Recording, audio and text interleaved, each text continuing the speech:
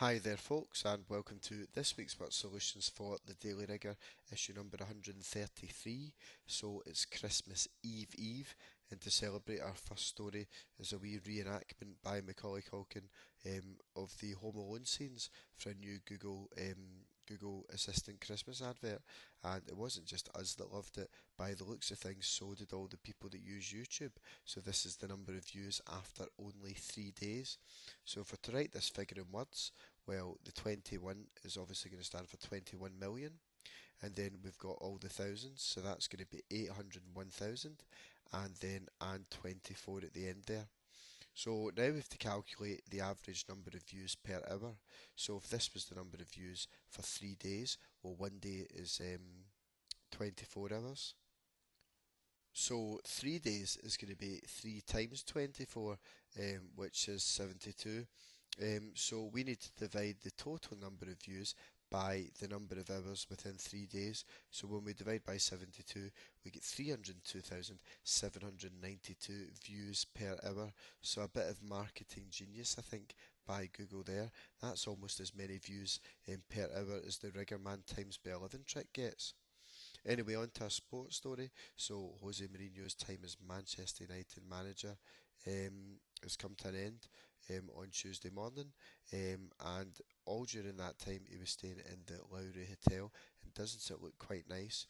So anyway, we want to know how much it is for a one night stay at the Lowry Hotel, because it's given us the total bill and the time duration from which he stayed there. So he moved in the 6th of July. So if we add 365 days onto that, then that would take us to 6th of July 2017, because 2017 was a non-leap year. We can add another 365 on, another year, because 2018 was not a leap year, and that's taken us to 6th of July 2018. So now we just need to add up the rest of the days in July of 2018, which is another 25, because there's 31 days in July, of course. We're going to add 31 for August. We're going to add 30 for the whole of September. We're going to add 31 for the whole of October. We're going to add 30 for the whole of November. And he moved out at some point in December. So he moved out on Tuesday. So if we work backwards, we'll find that that was the 18th of December. So we add on the 18 days in December that he stayed there. So that comes to 895 days in total. So we've got his total bill, which is 537,000. That's what the K means. And we divide by the number of days that he stayed there, and that's going to get us the nightly rate. So it's £600 per night, so a wee bit more expensive than a travel lodge, I think. So we've actually got a math story next. So there's been a new prime number discovered, and it's 2 to the power of 82,589,933, take away 1, and this is a huge number that's got nearly 25 million digits in it.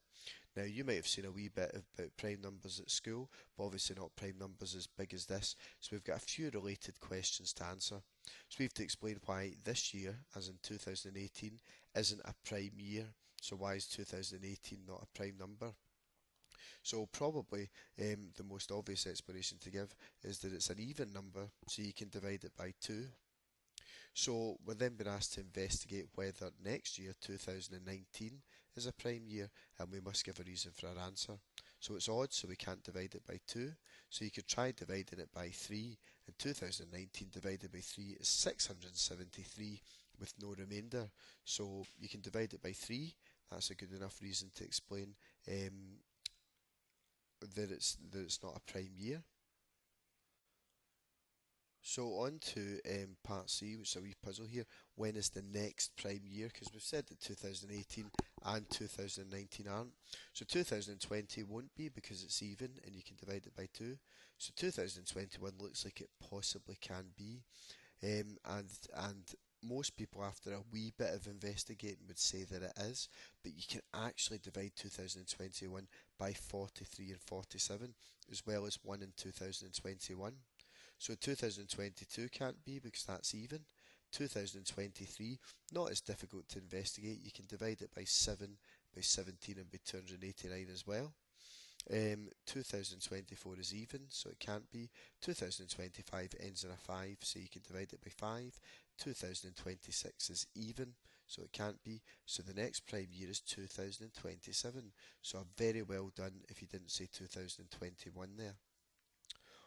Okay, so on to our final story, the countdown, the 1 year countdown on Thursday for the release of Star Wars Episode 9, and I for one can't wait. Okay, so if we go back to Thursday, so Saturday was the 22nd, so Friday was the 21st, so Thursday was the 20th, so that means that the new Star Wars film is going to come out on the 20th of December, obviously, because it's in a year's time, so that's of the 12th.